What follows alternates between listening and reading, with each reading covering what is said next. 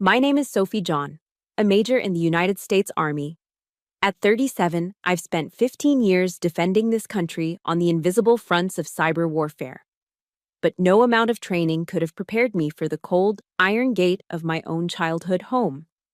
I stood there in my dress uniform, fresh from a long overseas tour, only to hear my sister Claire's voice crackle through the intercom, colder than the Virginia October wind. "What do you want?" She didn't ask. She spat. "This isn't your home anymore. Get lost before I call the cops." When I tried to reason, my mother's voice cut in from behind her, sharp as a razor. "We don't have a daughter named Sophie. Our daughter died a long time ago." They didn't know that before my grandfather passed, he had given me an old key. Not a key to the house, but a key to a truth that could burn it all to the ground. If you've ever been treated like a stranger by your own family, let me know in the comments below. Hit that like and subscribe, because this story is proof that honor is something no one can take from you. The house stood on a quiet, tree-lined street in suburban Virginia, a monument to a past that felt like another lifetime. My grandfather, a proud World War II veteran, had built it with his own two hands, sinking his love and his savings into every beam and brick. I remembered the scent of my grandmother's rose bushes that once lined the walkway, a sweet, welcoming perfume that defined summer for me. But that scent was gone now, replaced by the faint, unmistakable odor of damp and neglect. It clung to the air, a sign of a deeper decay. I stood on the sidewalk, my duffel bag at my feet, the pressed fabric of my Army service uniform feeling stiff and alien in this place. The porch light, which used to cast a warm, golden glow, now flickered with a sickly, intermittent pulse. It blinked on and off, like a surveillance camera coldly assessing a threat. I took a steadying breath, the kind I take before breaching a hostile network, and walked up the familiar concrete path. My hand felt heavy as I lifted it to press the doorbell. For a moment, there was only silence. I waited, my heart hammering against my ribs, foolishly anticipating the sound of footsteps, the turn of a lock, a warm embrace. Instead, a tinny, distorted voice crackled from the small speaker of the intercom. "Who is it?" The voice was stripped of all warmth, all recognition. Or perhaps the recognition was deliberately withheld. A chill, colder and sharper than any I'd felt on a windswept tarmac in Germany, snaked its way up my spine. It was a premonition, a tactical warning from my gut that was more terrifying than facing down a state-sponsored cyber attack. This wasn't an anonymous enemy on the other side of the world. This was the voice of my sister, Claire. I leaned closer to the intercom, my own voice tight as I tried to keep it even. "It's me, Claire. It's Sophie." I added, as if it were necessary, "I'm home on leave." The silence that followed was an eternity. It stretched and pulled, thick with a hostility I could feel through the cold metal of the gate. I could picture her inside, standing in the foyer, her hand hovering over the talk button, deciding what words would cut the deepest. When she finally spoke, the distorted voice was dripping with venom. "You're not welcome here." The words hit me like a physical blow. I flinched. "What? Claire, what are you talking about?" "This is private property," she snapped, the voice gaining a cruel confidence. "You need to leave, now. Or I'm calling 911 for trespassing." Trespassing? The word echoed in the sudden emptiness inside my chest. Trespassing? In the house where I took my first steps? In the yard where my grandfather taught me how to throw a baseball? The absurdity of it was suffocating. This had to be a joke, a sick, twisted joke. A flicker of desperate hope ignited in me. "Claire, stop messing around, just let me in. Where's Mom?" "Mom doesn't want to see you," she retorted, her voice flat and final. "Neither does Dad." "You made your choice, Sophie. You chose the Army. You chose to abandon this family.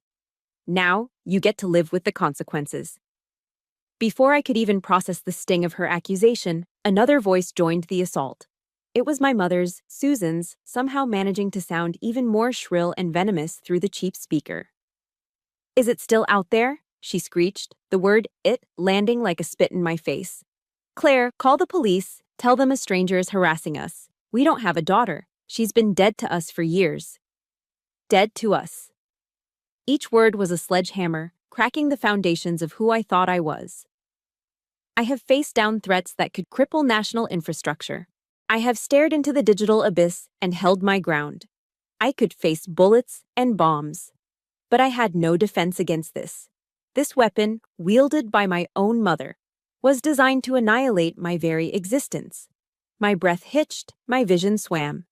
The world tilted on its axis.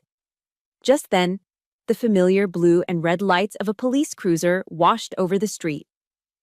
It wasn't racing, just slowly patrolling the neighborhood.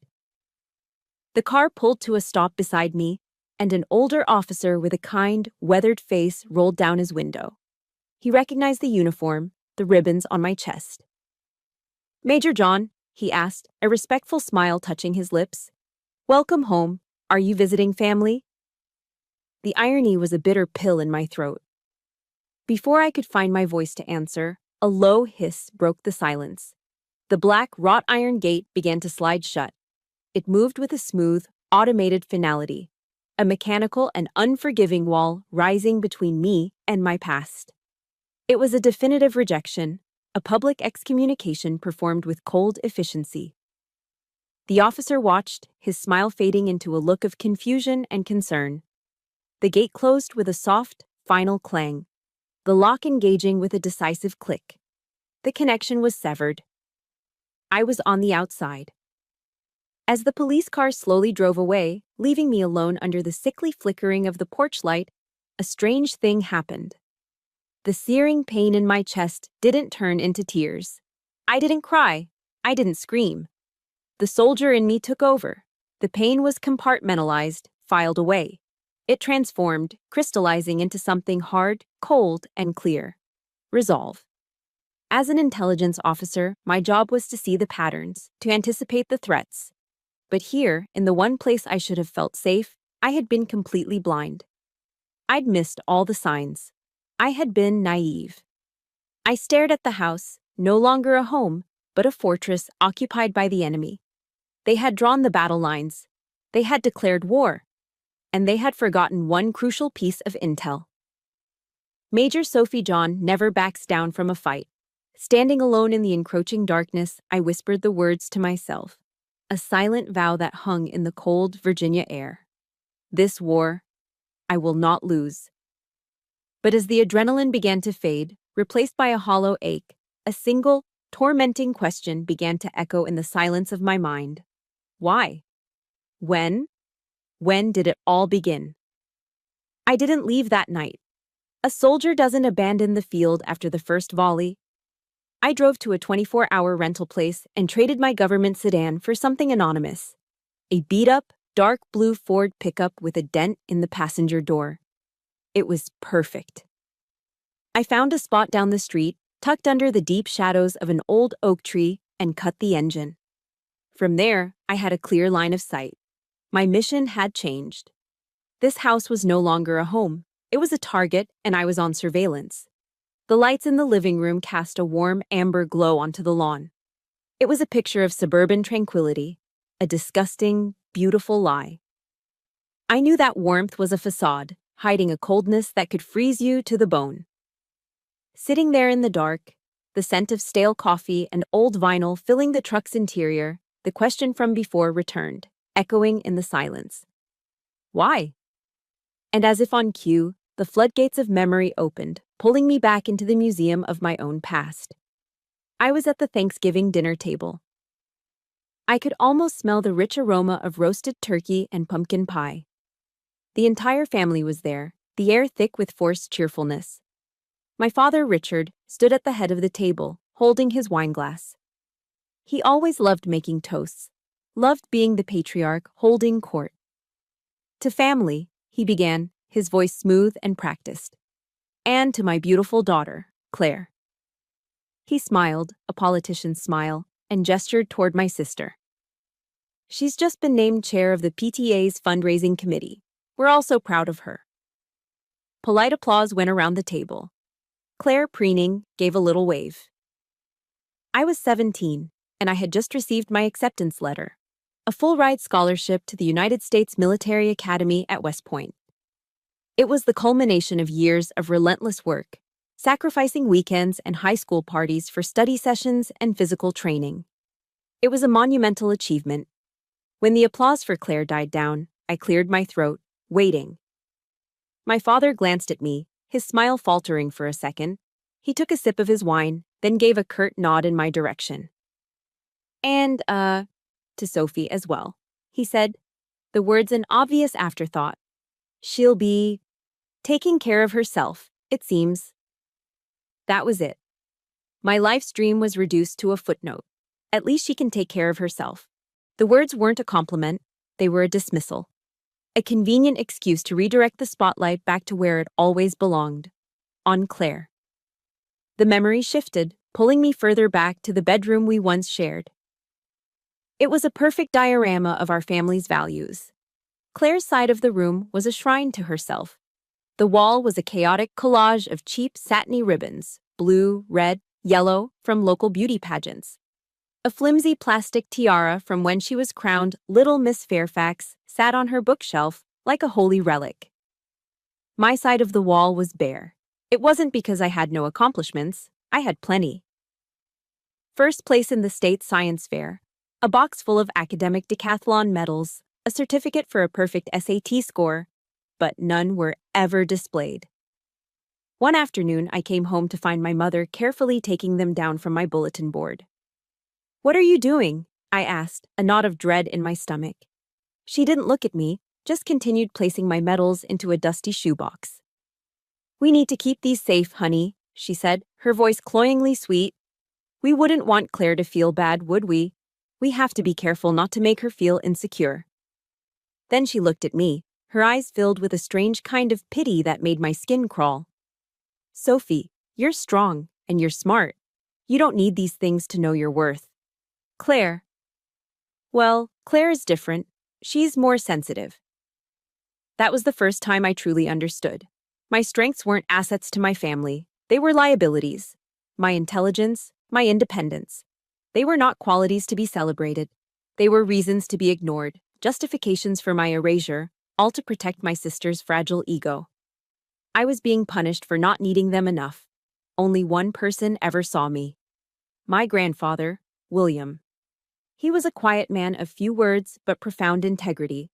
He saw the soldier in me long before I ever put on a uniform.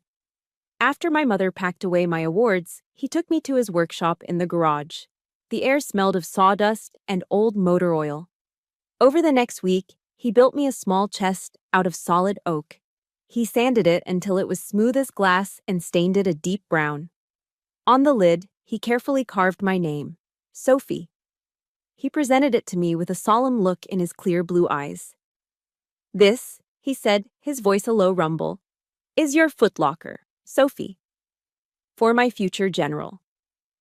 From then on, every time I brought home an award, we would have a small ceremony. He'd take the medal or certificate, inspect it with grave importance, and then place it carefully inside the oak box. It was our secret ritual, our silent rebellion. "Don't you ever let anyone tell you that you're not good enough," he told me once, his hand on my shoulder. "You have the blood of a soldier in you. That's a damn sight more valuable than any plastic crown." Now, sitting in the cold truck, a wave of panic washed over me. The box. Where was my grandfather's box, my footlocker? It was still in the house, in my old closet. A new, terrible thought surfaced. Maybe they'd already found it. Maybe they'd tossed it out with the trash. Or worse, thrown it in the fireplace, letting my only source of validation, my only proof of being seen, turn it to ash. The sky began to lighten, shifting from inky black to a bruised purple, then to a pale, hazy gray.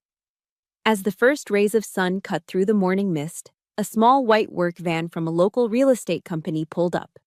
A man in a polo shirt got out, grabbed a sign, and walked onto the lawn. The same lawn where my grandmother's roses used to grow. With a series of dull, rhythmic thuds, he hammered a sign into the soft earth. It wasn't a "coming soon" sign.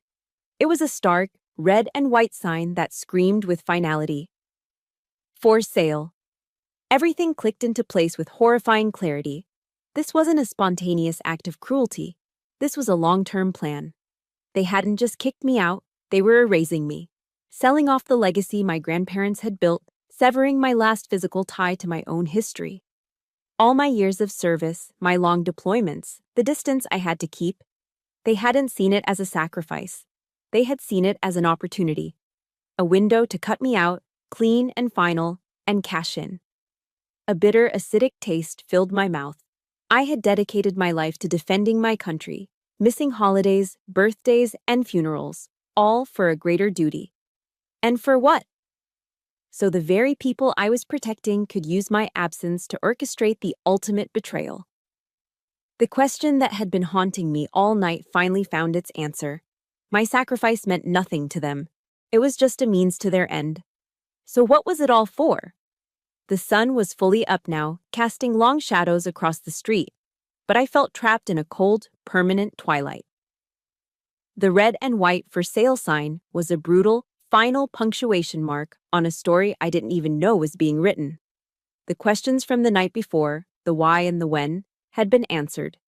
It was all for this, for money, for a clean break, for my complete and total erasure. Sitting in the cab of that beat-up Ford, the engine long since gone cold, I felt a familiar sensation I hadn't experienced since my first day of basic training. The crushing, suffocating weight of being utterly and completely alone. My training had prepared me for isolation on the battlefield, but there was always the knowledge of a command structure, of a support system, of a nation behind you. This was different. This was a war of one. My own family was the enemy. Who do you call when the threat is coming from inside the wire? My hand, numb and heavy, reached for my phone. I mindlessly scrolled through the contacts, a digital Rolodex of my life. Colonels, sergeants, fellow officers, a few acquaintances from past assignments. There was no one I could call, no one who could possibly understand the specific nature of this wound. My thumb hovered over my commanding officer's name, then dismissed it. What would I say? Sir, requesting permission to engage in a domestic dispute with hostiles who also happened to be my parents. Defeated, I kept scrolling until a name from a different lifetime appeared on the screen. Anna Clay. We hadn't spoken in years, not since a brief reunion after my graduation from West Point. We'd been inseparable at Virginia Tech for the 2 years I was there before transferring.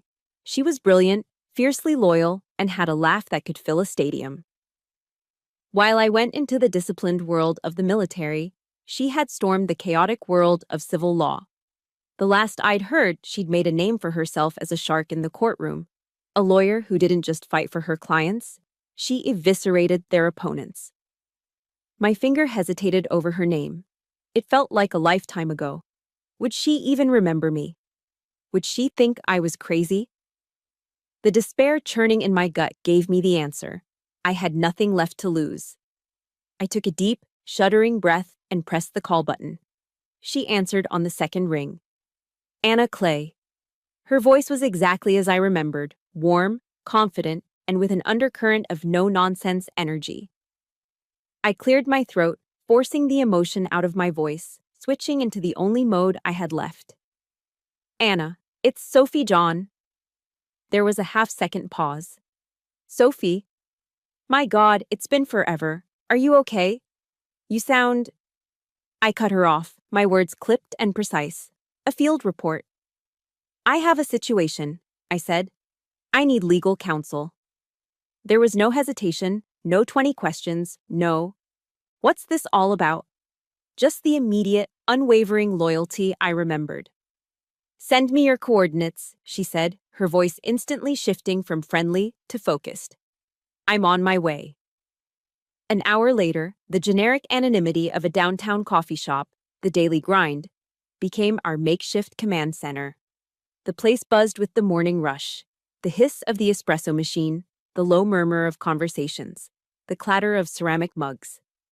The air was thick with the comforting, all-American scent of dark roast coffee and freshly baked cinnamon buns. It was a bizarrely normal backdrop for the wreckage of my life that I was about to unpack. Anna strode in, looking exactly like the legal powerhouse she had become. Sharp black suit, a leather briefcase that probably cost more than my first car. and the same intelligent, focused eyes. She gave me a quick, firm hug that conveyed more than words ever could, then got straight to business. She didn't ask me how I was feeling, she didn't offer empty platitudes, she was a professional. And she knew that emotion was a distraction. She needed facts. "Talk to me, Sophie," she said, pulling a tablet from her briefcase. From the top. What did they say? Word for word. I recounted the entire ugly sequence of events from the intercom to the "for sale" sign. My voice was flat, detached, as I recited the words that had been seared into my memory. Anna listened, her fingers flying across the screen of her tablet, her expression unreadable. She was a data processor, a strategist, and right now, that was exactly what I needed. When I finished, she simply nodded. "Okay." She typed for another minute, her brow furrowed in concentration. Then she looked up. The house was transferred 3 months ago via a quitclaim deed to a limited liability company, an LLC called Raven Crest Holdings. My blood ran cold. It was real. It was official. Anna turned the tablet to face me.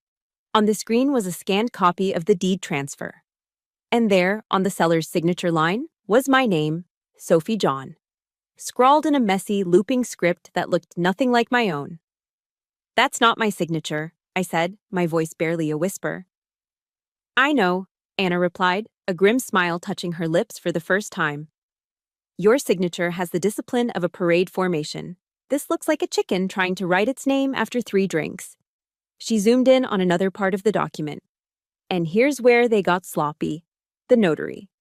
She tapped the name. "This guy had his license revoked 6 months ago for fraud. He's already facing charges in 2 other counties." She looked at me, her eyes glinting with the thrill of the hunt. "They made a mistake, Soph. A big one." For the first time in 24 hours, a tiny crack appeared in the wall of despair, and a sliver of light shone through. Hope. The chaotic, overwhelming pain was being organized. It was being converted into data, into evidence, into a clear and objective target. And data was a language I understood. This was a battlefield I could navigate. Anna leaned forward, her voice low and intense. "Here's what we do. We fight back, and we fight back hard." She held up 3 fingers. "Step 1, I'm filing for a temporary restraining order this afternoon. That will freeze the sale immediately. They won't be able to touch the property." She held up a second finger. "Step 2, we subpoena the crooked notary. We squeeze him, and he'll flip on whoever paid him to forge that document. My money's on your brother-in-law, Mark." And finally, the third finger. "Step 3, we file a civil suit against Richard John and Claire Thatcher for conspiracy to commit fraud, forgery, and unjust enrichment. We're going to take back what's yours." She leaned back, letting the plan settle in the air between us. The knot in my stomach was still there, but it was no longer a knot of fear. It was a knot of coiled, focused energy. "They thought you were just a lone soldier, isolated and out of your element," Anna said, looking me straight in the eye. "They thought you would just get overwhelmed and give up." She smiled, and for the first time, it reached her eyes. "They have no idea you've got an entire army behind you." While Anna launched the first wave of our legal assault from her office in Richmond, I settled into my new, temporary role. I was no longer just the victim. I was the forward operating base. The truck became my post, the quiet suburban street, my area of operations. My mission, surveillance and pattern analysis. While Anna fought on the legal front, I would gather intelligence on the ground. I didn't just sit and wait. An officer is never idle. I began my work methodically, observing the house with the detached focus of a trained analyst. I noted the mailman's arrival time, the schedule of the garbage pickup, the way the morning sun hit the front windows. These were the rhythms of a normal life, a baseline. And against that baseline, anomalies begin to stand out. It didn't take long to find one. For 3 consecutive nights, the pattern was identical. At precisely 2 a.m., a dim light would flick on in the basement. It wasn't the bright, even light of a normal room, but a low, concentrated glow. It stayed on for exactly 1 hour, then vanished. 2 a.m. to 3 a.m. Like clockwork. It was too precise to be random. It It was a schedule. My suspicion was confirmed when Anna forwarded me a copy of the utility bills she'd obtained through a legal request. The electricity usage for the past 3 months had quintupled. It was an astronomical spike, the kind of consumption you'd expect from a small machine shop, not a residential home. Yet, a quick search of the town records showed no business permits registered to the address. My gut, honed by years of identifying threats in cyberspace, was screaming at me. This was bigger than a simple real estate scam. This was an active, ongoing operation, and it was happening right under my grandfather's roof. The next day, the town was hosting its annual fall festival. It was a sea of Americana, families in flannel shirts, the smell of hot apple cider and caramel corn, the cheerful sounds of a local country band. For me, the crowd wasn't a source of comfort, it was cover. A perfect place to observe without being observed. Blending in, I bought a cup of cider and stood near a booth selling oversized pumpkin pies, my eyes scanning, my senses on high alert. As I was watching the pie judging contest, I felt a slight bump. A young boy, no older than 10, darted past me, his face a blur. He pressed something into my hand and was gone before I could even register what happened, disappearing back into the river of people. I looked down. It was a crumpled-up paper napkin. My first instinct was to drop it, a potential threat, but I smoothed it out. Scrawled in the shaky, deliberate handwriting of an old man were a few simple words. "Meet me at the old stable behind the church. Don't let anyone see you. A friend of William." My heart hammered against my ribs. There was only one person it could be. Ethan Miller, a retired Marine Master Sergeant, Vietnam veteran, and my grandfather's closest friend. They'd met at the local VFW hall years ago and were inseparable until the day my grandfather died. Ethan was the last living link to what I thought of as my old world. The old stable smelled of hay, worn leather, and time. Dust motes danced in the shafts of light cutting through the warped wooden slats of the walls. Ethan was waiting for me in the shadows, leaning against a support beam. He was 70, but he still stood with the ramrod straight posture of a Marine. His eyes, though surrounded by wrinkles, were as sharp and clear as ever. He didn't waste time with pleasantries. "They're not just stealing the house, kid," he said, his voice a low, gravelly rumble. It was the voice of a man who had seen too much. "What have you seen, Sergeant?" I asked, falling back into the familiar language of respect. "Twice a week, always after midnight," he began. "Unmarked black panel vans pull into the driveway. That no-good husband of Claire's, Mark, is always there to meet them. They unload heavy crates, sealed tight. They don't look like ordinary household goods." He paused, his gaze hardening. "And there's something else you need to know. The word on the street. Your sister has been telling people you've got a bad case of PTSD, that you're unstable. She's trying to discredit you before you can even make a move." A cold fury, sharp and clean, cut through me. It wasn't just a property dispute anymore. They were attacking my honor, using the very sacrifice I had made for my country as a weapon to paint me as a lunatic.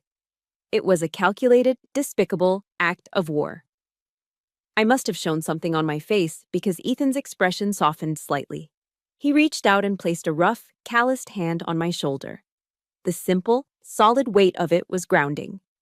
"Your grandfather, William, he would be so damn proud of you," he said quietly. "He always told me you were the toughest one in that whole family, the only one with real grit." The words hit me with the force of a physical blow. Simple, unvarnished recognition. It was something I had craved my entire life from my father, from my mother, and had never received. Coming from this old warrior, this man who understood the code of honor my grandfather lived by, it meant more than any medal. It was validation from a fellow soldier. My throat felt tight. "Thank you, Marine," I managed to say, the words thick with emotion. He gave my shoulder a firm squeeze. "Don't thank me. Just don't let those bastards win." I nodded, my resolve hardening into something unbreakable. I won't disappoint him. I left the stable with a renewed sense of purpose. The battlefield had been defined. This was no longer just about a house or an inheritance. It was about my name, my service, and my grandfather's legacy. And I now had a new, urgent objective: find out what was in those crates and expose the secret they were hiding in the basement. Information without confirmation is just noise. Ethan's intelligence was valuable, but it wasn't actionable. Not yet. I needed proof. That night, I decided to stop being a passive observer and start being an active operator. It was time to launch a special operation of my own. Under the cloak of a moonless, overcast sky, I moved. My objective was the side of the house, where a small grated vent for the basement was partially hidden by overgrown rose bushes. My grandmother's, now neglected and thorny. My training took over completely. I moved silently, my senses sharp, every step deliberate.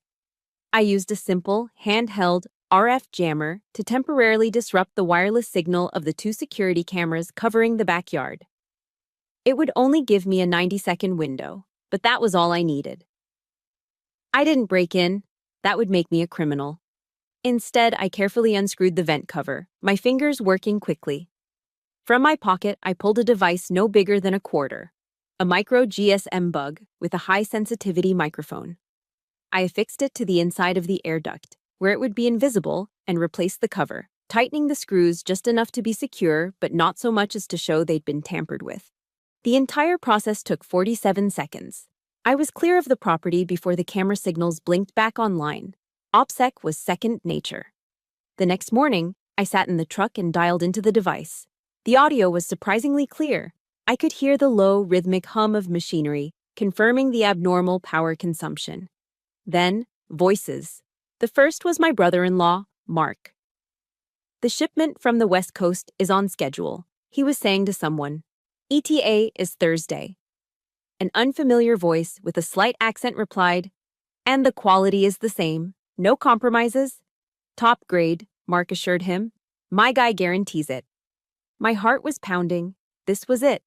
This was confirmation of an illegal operation.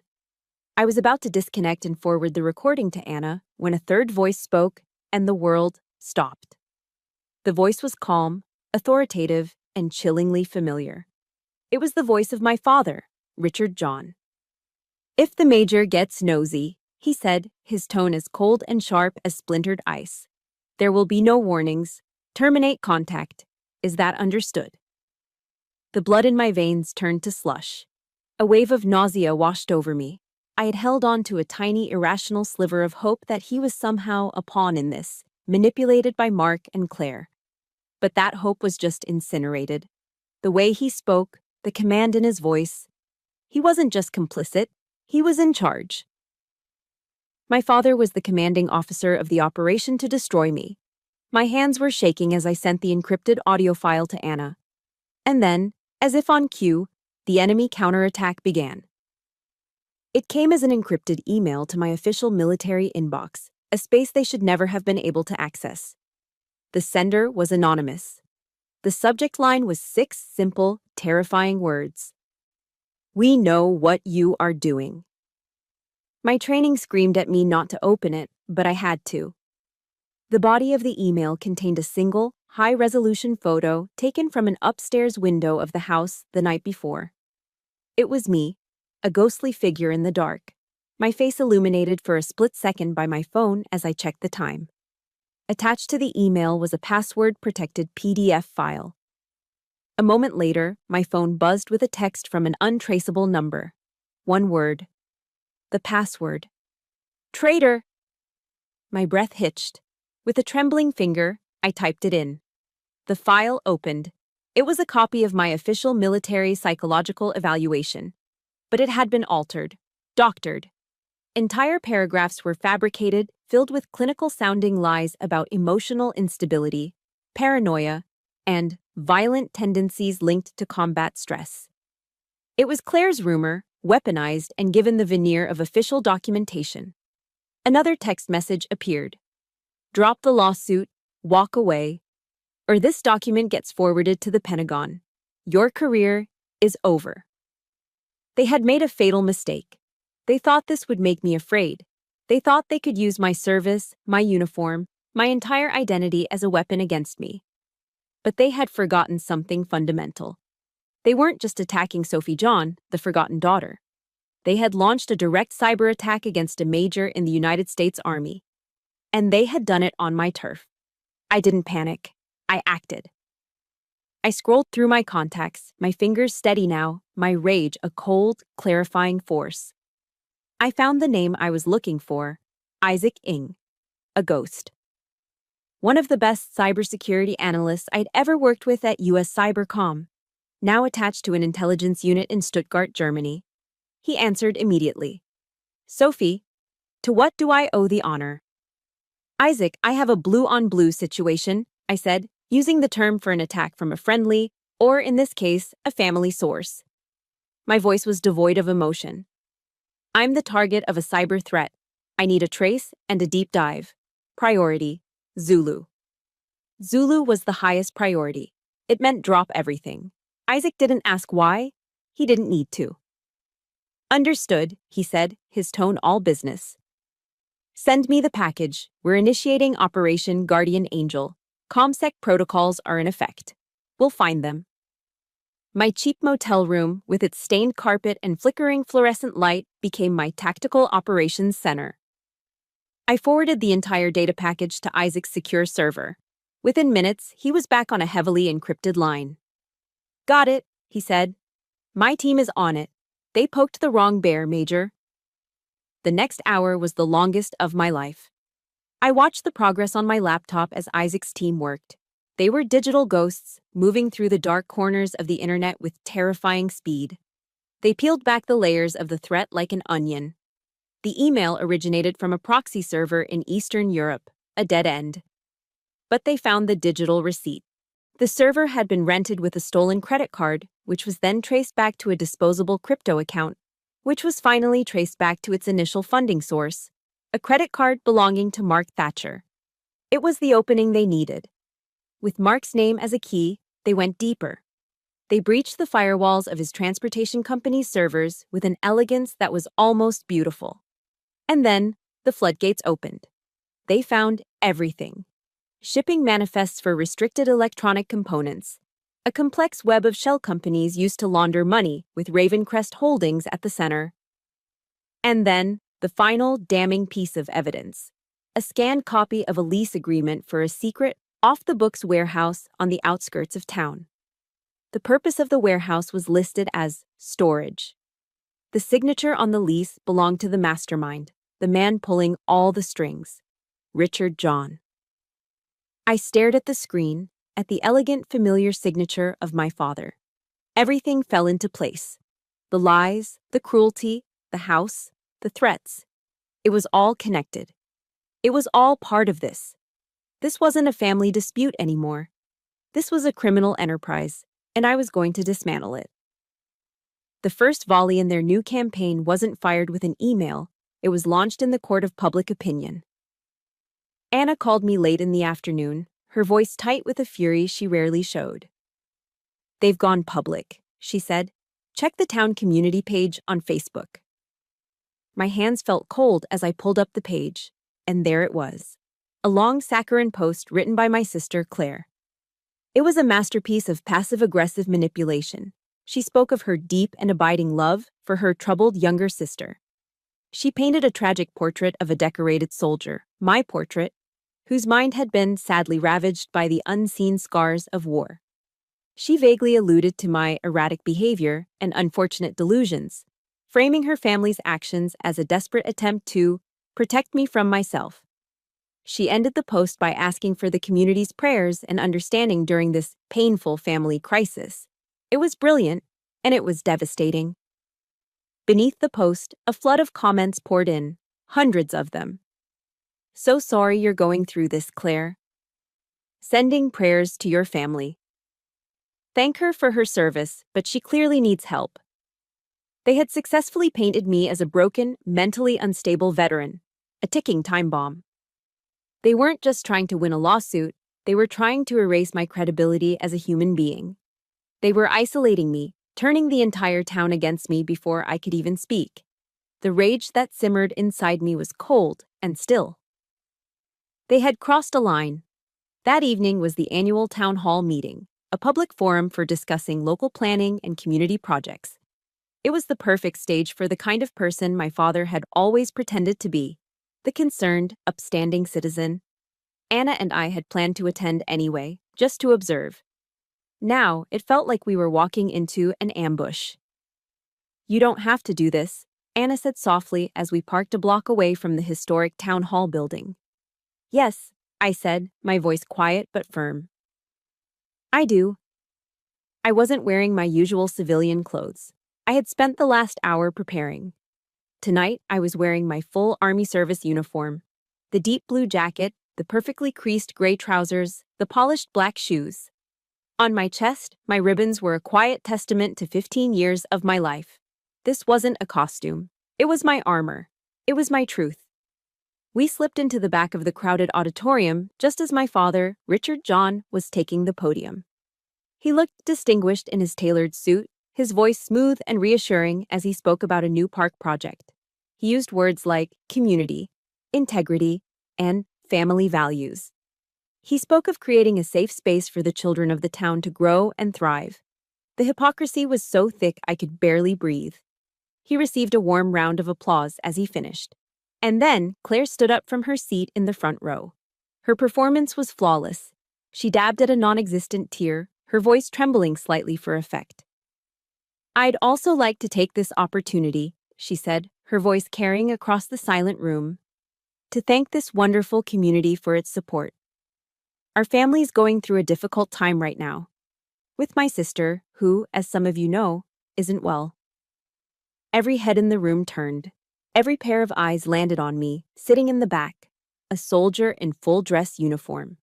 I could see the pity, the suspicion, the confirmation of the lies they had read online. That was it.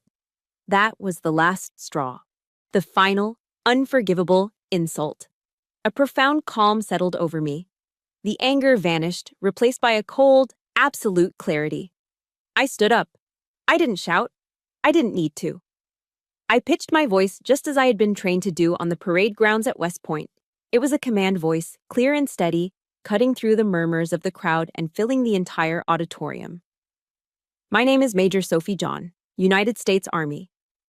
The room fell dead silent. Every eye was locked on me. Claire's face went pale. My father's confident smile faltered.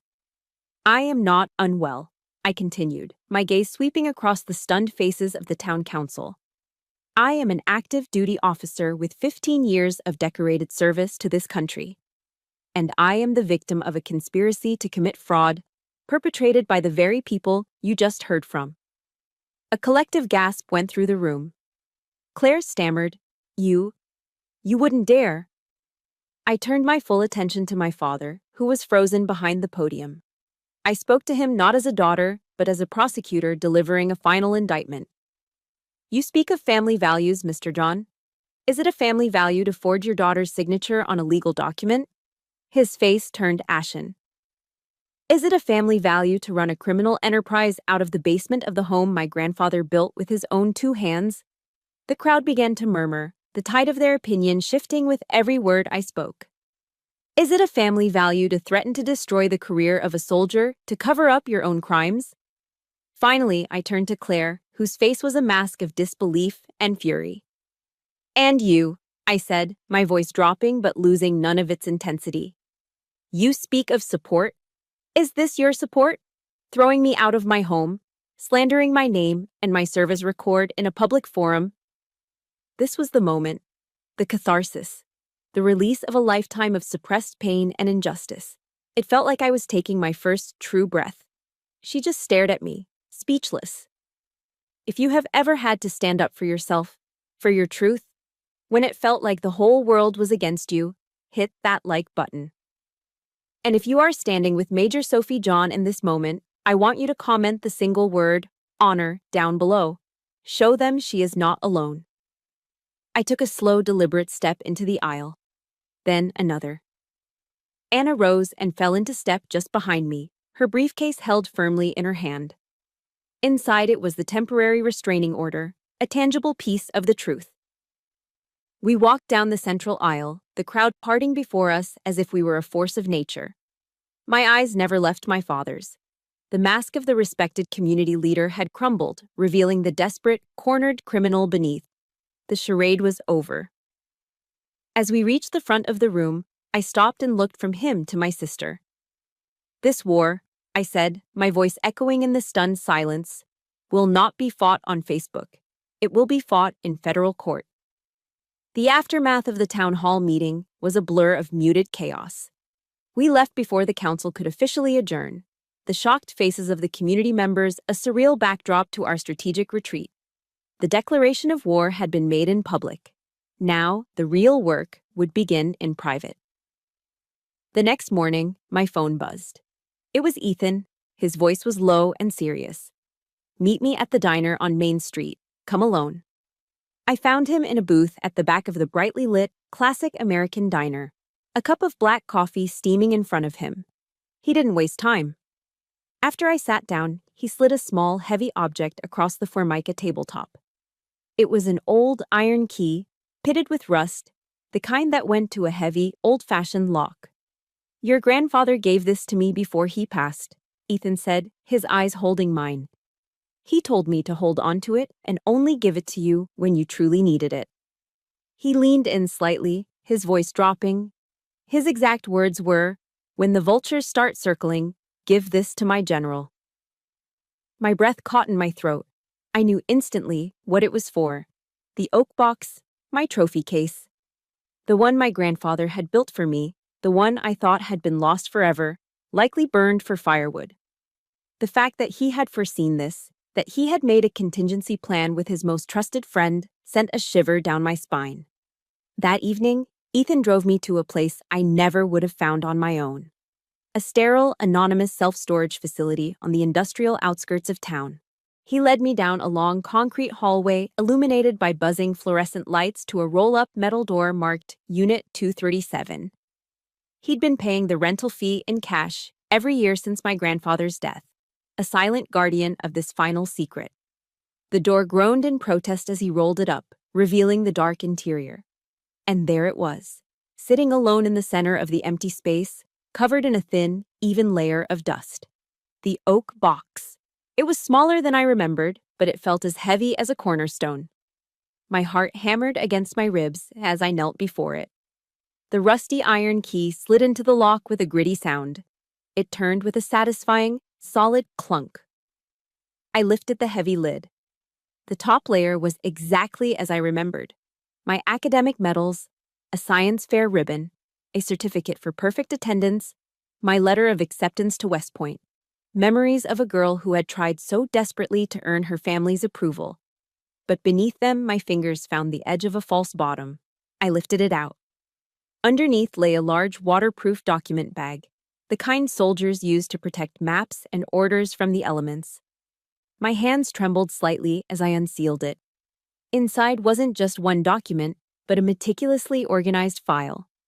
The first was a thick sheaf of papers bound with a legal clip. It was my grandfather's last will and testament, the original copy, notarized by a JAG Corps lawyer from the nearby Army base. The language was clear and unambiguous. He bequeathed the house at 1450 Windmere Lane, and a significant portion of his savings to me and me alone. Tucked inside the will was a handwritten letter on his old stationery. I recognized his strong, deliberate script immediately. "My dearest Sophie," it began. "If you are reading this, it means the vultures have landed, just as I feared. I have seen the greed in your father's heart and the jealousy in your sister's. It has been a shadow over them for many years. I am leaving you this house not for its monetary value, but because it is our legacy. Your grandmother's roses, the porch swing I built, the walls that heard your first laugh, that is our family's true history. Protect it." I had to pause, my vision blurring with tears. Then I read the last line. "And always remember this, my little general. A soldier never fights alone." But he had left me more than just words. The final item in the bag was the true weapon. It was a small black leather-bound notebook, a logbook. I opened it, and my tears of sorrow turned into tears of profound, overwhelming gratitude. He had seen everything. For years, my grandfather had been keeping a detailed chronicle. He'd recorded dates and times of my father's suspicious business calls. He'd written down, verbatim, some of Claire's most cutting remarks about me. He documented his growing suspicions about Mark Thatcher's late-night activities. He had even, with the sharp eye of an old soldier, jotted down the serial numbers of a few pieces of specialized electronic equipment he'd seen Mark and his associates carry into the basement. He hadn't been a frail old man, oblivious to the darkness around him. He was Sergeant William John, an intelligence officer until his last breath. He hadn't just left me a house. He had left me an entire arsenal. The next morning, my motel room was officially transformed into a war room. I spread the contents of the box across the cheap bedspread. When Anna arrived, she stared at it all in stunned silence. She read the will, the letter, and then the notebook. She looked up at me, her eyes wide with disbelief and professional excitement. "Sophie," she said, her voice filled with awe. "This changes everything. This isn't a civil case anymore. This is a federal criminal case." We didn't hesitate. Anna made the call. She laid out the entire situation to a contact she trusted at the FBI's Richmond field office. Forgery, wire fraud, conspiracy, and a potential interstate trafficking ring involving restricted electronics, all laundered through a shell corporation. The dominoes began to fall, and they fell fast. My small personal war had just become a major federal investigation. The pieces were all in place. Anna was the legal commander. Isaac and his team in Germany were my signals intelligence unit, providing the irrefutable digital evidence. Ethan Miller was my star witness, the boots on the ground. And I, armed with my grandfather's final dispatch, was ready. We were going to finish this fight. The United States federal courthouse was a world away from the chaos of my life. It was a place of solemn, heavy silence, all polished wood and cold marble, where the air itself seemed to vibrate with the weight of consequence. The American flag stood vast and silent behind the judge's bench, a constant, unblinking witness. When my name was called, I walked to the witness stand. The Army service uniform felt less like armor now and more like my own skin. As I sat down, I didn't look at the defendant's table. I didn't need to. I could feel their eyes on me. I focused instead on the 12 men and women in the jury box. They were the ones who mattered now. The assistant U.S. attorney, a sharp, no-nonsense woman named Ms. Davies, led me through my testimony. I presented the facts of the case calmly and logically, just as I would deliver a mission briefing.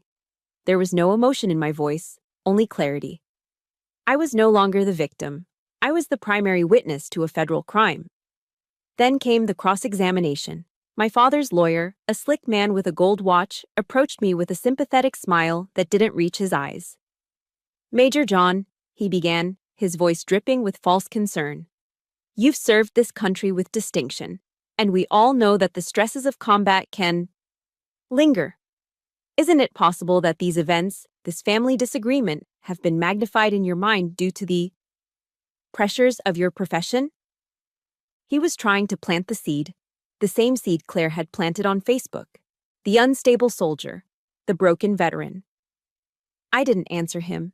Instead, I turned my body slightly, just enough to address the jury directly. I looked at each of them, one by one. "I have undergone 3 mandatory psychological evaluations during my career," I said, my voice as steady and clear as a bell.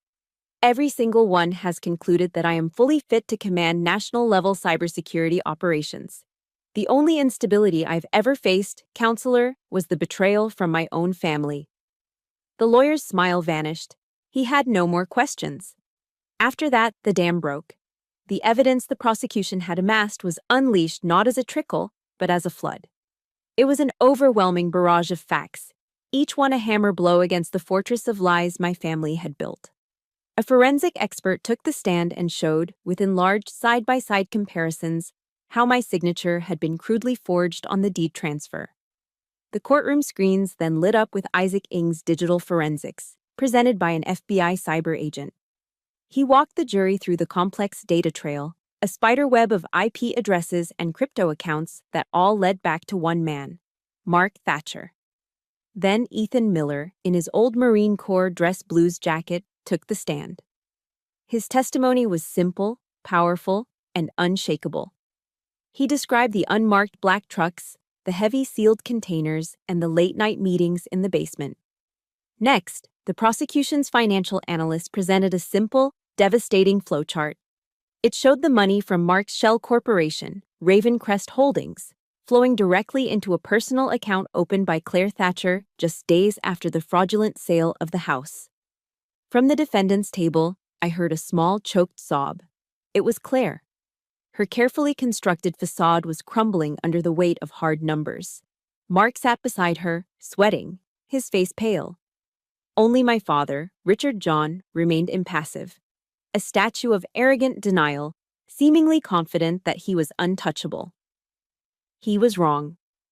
The prosecution calls its final piece of evidence to be entered, Ms. Davies announced, holding up my grandfather's small black notebook.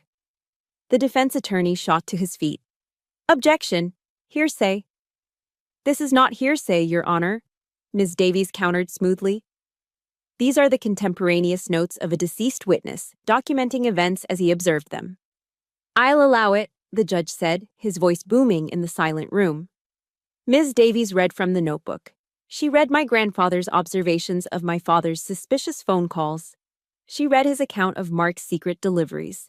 She read his heartbroken notes on Claire's cruelty. With every word, I could see my father's composure beginning to crack. A muscle in his jaw began to twitch. The statue was beginning to fracture, and then the final, fatal blow. Finally, Ms. Davies said, the prosecution would like to play an audio recording recovered by the FBI from a listening device. A speaker crackled to life. The humming of machinery filled the courtroom, followed by the muffled voices of Mark and his associate. And then, a third voice, sharp and clear, cut through the noise. My father's voice. If the major gets nosy, there will be no warnings. Terminate contact. Is that understood? A collective gasp swept through the courtroom. Richard John physically slumped in his chair as if he'd been shot.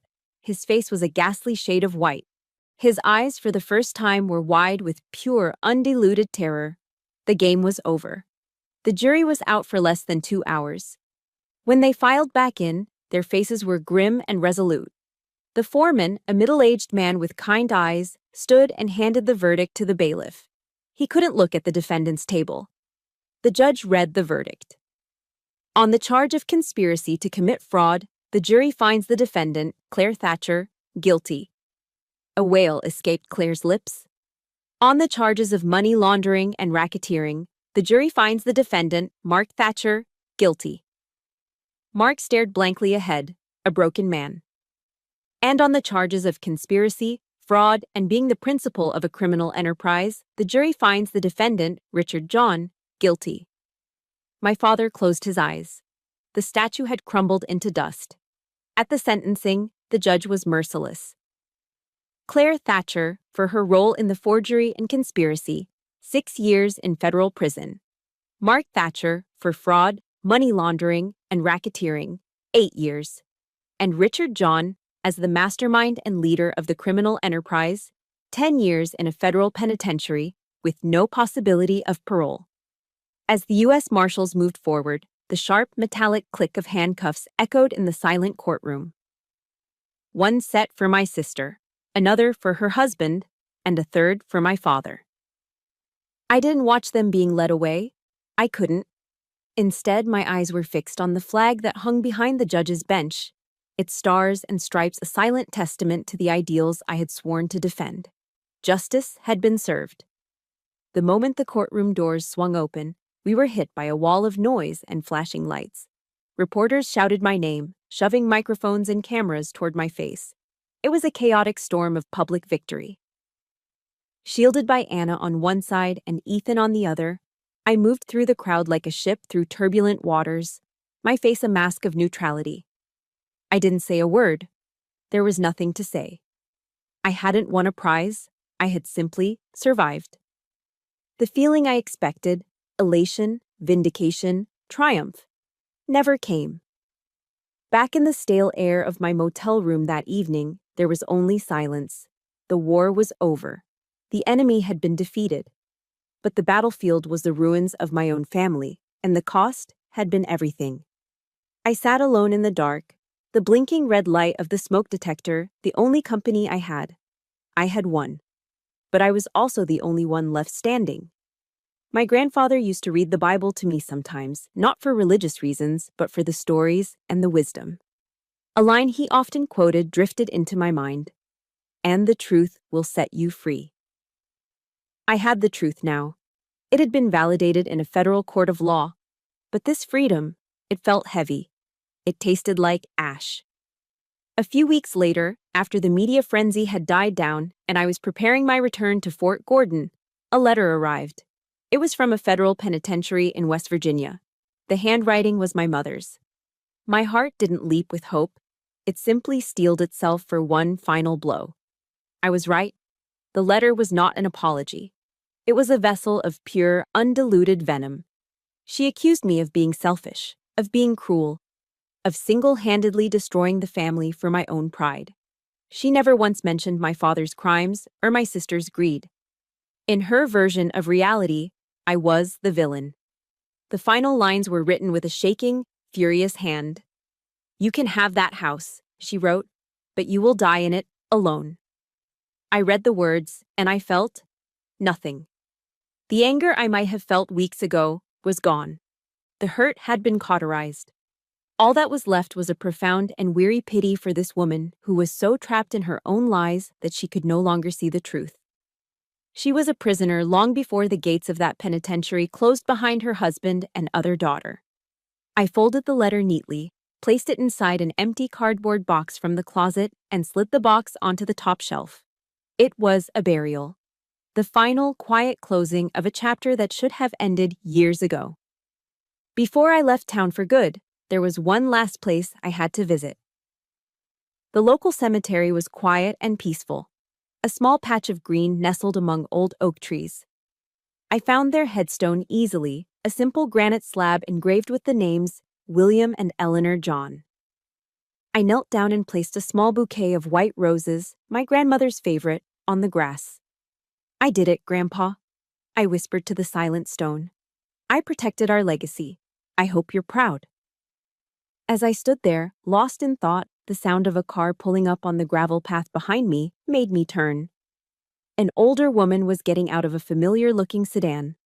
It took me a moment to place her. It was my aunt, my mother's younger sister, Carol. We hadn't spoken in a decade. She had distanced herself from my parents' toxicity long ago. She walked toward me, her face etched with a sad, gentle kindness. Without a word, she wrapped her arms around me. It wasn't the tentative, obligatory hug of a distant relative. It was a hug filled with a lifetime of unspoken sorrow.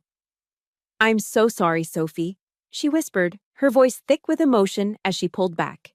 "I'm so sorry. I always knew how they treated you, how my sister and her husband. I knew it wasn't right. But I was a coward.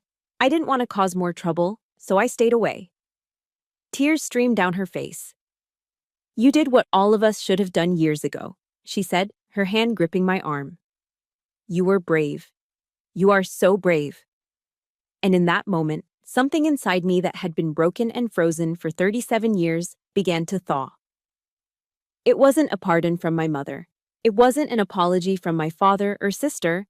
It was something smaller, but infinitely more real. It was a single, solitary voice from my own bloodline, telling me that I wasn't crazy, that I wasn't the problem. It was a small act of healing, but it was enough. A few days later, Anna met me in front of the house. The police tape was gone, but it still felt like a crime scene. It looked cold, empty, haunted by the ghosts of what it should have been. "So," Anna said gently, standing beside me on the sidewalk, "it's yours. What's the plan? Sell it? Move back in?" I stared at the house my grandfather had built, the porch swing he had hung, the front window where my grandmother used to watch for my school bus. I had fought for this place. I had won it back. But it wasn't a home anymore. It was a monument to a war. I turned to Anna, and for the first time in a long time, I smiled. It wasn't a happy smile, but it was a peaceful one, a serene one. "I'm not going to sell it," I said, "and I'm not going to live here." Anna looked at me, puzzled. "Then what?" a new sense of purpose, clean and clear, settled over me. I have another idea, I said, my gaze drifting back to the house. An idea I think Grandpa would have loved. 1 year later, the house at 1450 Windmere Lane was still standing, but it was no longer the same place. The ghost had been exorcised. The chill was gone, replaced by a warmth that had nothing to do with the thermostat and everything to do with purpose. The for sale sign, a stark red wound on the lawn, had vanished long ago. In its place stood a beautiful, handcrafted sign made of solid oak, the letters carved with care and precision. It read, "The William House, a sanctuary for women veterans." The idea that had come to me in the aftermath of the trial, the one I knew my grandfather would have loved, had become a reality.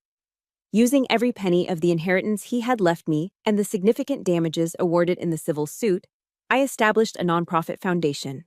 The house was no longer a monument to a war. It had been reborn as a fortress of healing. It was now a safe harbor, a transitional home for women who had served their country and were navigating the often turbulent waters of returning to civilian life. It was a place to decompress, to find resources, to simply breathe without having to be on guard. This afternoon, I was in the front yard, on my knees in the soft soil. The overgrown, thorny remnants of my grandmother's rose bushes had been carefully pruned and tended to. Now, new life was sprouting, and we were adding to it. Alongside me were 3 of the home's current residents. There was Maria, a former marine logistics specialist with a wicked sense of humor, Jenna, a quiet Air Force drone pilot still finding her voice, and Sarah, a young combat medic barely 24 years old, whose hands had saved lives under unimaginable pressure. The sound of laughter, real, unforced laughter, drifted through the cool autumn air. It was a sound I never thought I'd hear in this place again. We worked together, digging, planting, our conversation easy and rambling. "You know," Sarah said, pausing to wipe a smudge of dirt from her cheek, "the nightmares are the worst part. It's not the things you see, it's the sounds. I can still hear the helicopter blades, the shouting." She trailed off, her eyes distant for a moment. No one rushed to fill the silence. There was no awkwardness, no need for platitudes. We just let her words hang in the air, a shared acknowledgement of the invisible scars we all carried in different ways. I moved a little closer, my hand still in the dirt next to hers. I didn't offer advice. I didn't say it will get better. I just listened. I was just there. After a moment, she took a breath and gave me a small, grateful smile. "Anyway," she said, her voice a little brighter, "my therapist says gardening is good for grounding. Something about getting your hands in the dirt." "Your therapist is a smart woman," Maria chimed in, holding up a new rose bush. "Where do you want this bad boy, Major?" Major. They all called me that, but the title felt different here. It wasn't about rank, it was about respect. A respect that was mutual. In that moment, surrounded by the scent of earth and the quiet strength of these women, a profound truth settled over me. Family isn't always the blood you're born with. Sometimes it's the family you choose. Sometimes it's the tribe you build from shared scars, forged in the fires of common experience and cemented with unwavering respect. This was my family now. This was my home. Later that evening, inside, a fire crackled warmly in the hearth my grandfather had built. The house was filled with the comforting smell of a chicken roasting in the oven. On the mantelpiece, in the place of honor, sat the oak box, my footlocker, my trophy case. But its contents had changed. The old medals were still there, tucked away at the bottom like a foundation. But resting on top were new treasures, a different kind of award. There was a stack of handwritten thank you notes from women who had passed through the William house and found their footing again. There was a photo of Maria, beaming, holding the keys to her new apartment. There was a newspaper clipping about Jenna starting her own small business. There was a childish drawing of a flower, given to me by the young son of a veteran who had stayed with us for a month. These were the new trophies. This was the new mission. My grandfather's true legacy wasn't the brick and mortar of this house. It was the spirit of service that he had lived by, the code of protection that he had passed down to me. He was an intelligence officer until his last breath, gathering the arsenal I would need to win my war. Now, I was continuing his work, not by fighting enemies, but by building a sanctuary. I was protecting his legacy in the only way that truly mattered. A few weeks later, I was back at Fort Gordon, Georgia. The air was thick with the familiar, humid heat of the South. I walked down a long, quiet hallway inside the U.S. Army Cyber Command headquarters, my polished shoes clicking softly on the linoleum floor. I stopped in front of a large polished mahogany plaque on the wall, the command's wall of honor. My name was there, etched onto a small brass plate, Major Sophie John. It was still bright, still secure. The career they had tried to destroy, the honor they had tried to tarnish, was intact. But as I looked at it, I no longer felt the lonely pride of a solitary soldier. The name on the wall was part of me, but it wasn't all of me anymore. I knew now that my duty, my mission, was bigger than this hallway. It extended beyond the firewalls I protected and the classified networks I secured. Whether I was on a digital battlefield defending against a cyber attack or in a small garden in Virginia, listening to a fellow veteran share her pain, the core mission was the same: to protect. I had fought the most brutal war of my life, not in some distant foreign land, but in the quiet suburbs of my own hometown. And I had won. But the victory wasn't in the prison sentences or the legal vindication. The true victory wasn't in destroying my enemies. It was in my refusal to be destroyed by them. It was in building something beautiful and lasting from the ashes of their betrayal. Standing there, in the heart of my military world, I felt a profound sense of peace settle over me, a calm that had been earned through fire and forged in resolve. The war was over. The ghosts were silent. Major Sophie John stood steady, whole, and ready for whatever mission came next. My war is over, but I know for many of you, the battle for your peace and dignity is a daily one. If this journey has proven anything, it is that our value is not defined by the family we were born into, but by the honor we build for ourselves. Your worth is non-negotiable. Please, share your own story of resilience in the comments below. Your words could be the lifeline someone else needs to hear today. Thank you for listening. Subscribe for more stories of strength and share this with anyone who needs to be reminded that they are not alone.